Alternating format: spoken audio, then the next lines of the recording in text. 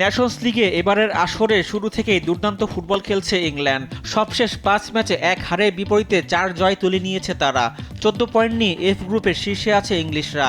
Harry Kane, Bellingham, ওয়াটকিন্সরা দলকে গোল এনে দিচ্ছেন নিয়মিত। তাই পয়েন্ট টেবিলে তলানিতে থাকা আয়ারল্যান্ডকে হারিয়ে গ্রুপ চ্যাম্পিয়ন হওয়ার লক্ষ্য নিয়েই মাঠে নামবে ইংল্যান্ড। এদিকে রাত ২:২টায় সান সিরোয় ফ্রান্সকে আতিথ্য দেবে ইতালি। টুর্নামেন্টে এখনও অপরাজিত আজ্জুরিরা। ৫ ম্যাচে ৪ জয় ও ১ ড্রয়ে ১৩ পয়েন্ট নিয়ে বি গ্রুপের টপার তারা। ফরওয়ার্ড লাইনে বেশ আলো ছড়াচ্ছেন রেতিগি, বারেল্লা এবং ফ্রাত্তেসি। আর জমাট রক্ষণে ইতালিয়ানদের এগিয়ে রাখবেন বাস্তনি, ক্যালাফিওরেরা। ফ্রান্সকে হারালেই গ্রুপ চ্যাম্পিয়ন হওয়ার সুযোগ থাকছে ইতালির সামনে। তাই এই ম্যাচে জয় ছাড়া অন্য কিছু ভাবছে না ইতালিয়ানরা।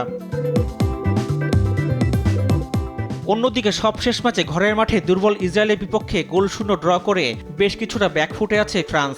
কিলিয়ান এমবাপ্পের অভাব ভালোই টের পাচ্ছে ফরাসিরা। বারকোলা, মুয়ানিরা পাচ্ছেন না গোলের দেখা। ৫ ম্যাচে ১০ পয়েন্ট নিয়ে বি গ্রুপের ২ আছে তারা।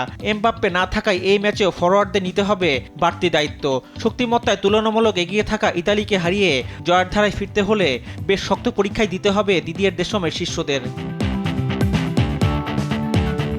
অন্য ম্যাচে বুদাপেস্টে ইসরায়েলের মুখোমুখি হবে ইউরোপীয় ফুটবলের ডার্ক হাউস বেলজিয়াম। এবারের টুর্নামেন্টে বেশ শোচনীয় অবস্থা তাদের। টানা ৪ ম্যাচে জয়হীন দলটি। ৫ ম্যাচে মাত্র ৪ পয়েন্ট নিয়ে বি গ্রুপের ৩ আছে বেলজিয়াম। ক্লাব ফুটবলের দুর্দান্ত খেলা লিসান্দ্রো ট্রসার্ড, লুকাকুরা যেন গোল করতেই ভুলে গেছেন। টানা হারে শেষ ৮-এ খেলার আশা ফিকে হয়ে এলেও এই ম্যাচে ইসরায়েলের বিপক্ষে সান্ত্বনার জয় নিয়ে মাঠ ছাড়তে চায় বেলজিয়াম। রিফাত আঞ্জুম, দেশ টিভি, স্পোর্টস ডেস্ক।